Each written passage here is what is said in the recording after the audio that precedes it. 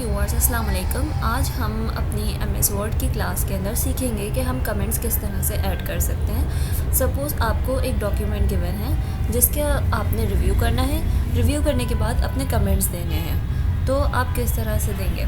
उसके लिए आपने करना क्या है, सिंपली जिसके ऊपर आपने कमेंट देना है, जैसे कि मैंने इस पैराग्राफ के ऊपर कमेंट देना है कि इसके अंदर रेफरेंसेस नहीं है, रेफरेंसेस ऐड की जाएँ। तो मैंने इसको सिलेक्ट किया, मैं जाऊंगी कमेंट के ऊपर। कमेंट के ऊपर क्लिक करने के बाद मैं यहाँ पर अपना जो भी कमेंट है, जस्ट लाइक ऐड रेफरेंसेस मैंने लिखा, और मैं कहीं पर भी क्लिक कर दूँ ये हट जाएगा, या इसके आप प्रेस कर दूँगी तो सिंपल हट जाएगा। ठीक है। अच्छा, अब ये कमेंट शो कैसे होगा? जब भी आपका व्यूअर आपका डॉक्यूमेंट देख रहा होगा जिस पर आपने कमेंट्स ऐड किए, आपने जस्ट कर्सर लेकर जाना है अपने कमेंट के ऊपर, और ये आपको शो कर देगा कि आपने किसके ऊपर क्या बात लिखकर लगाई है। ठीक है, इस तरीके से आपको कमेंट शो हो जाएगा।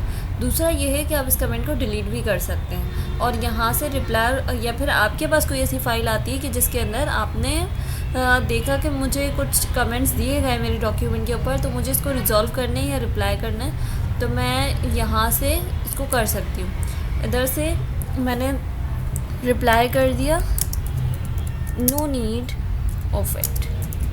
ठीक है।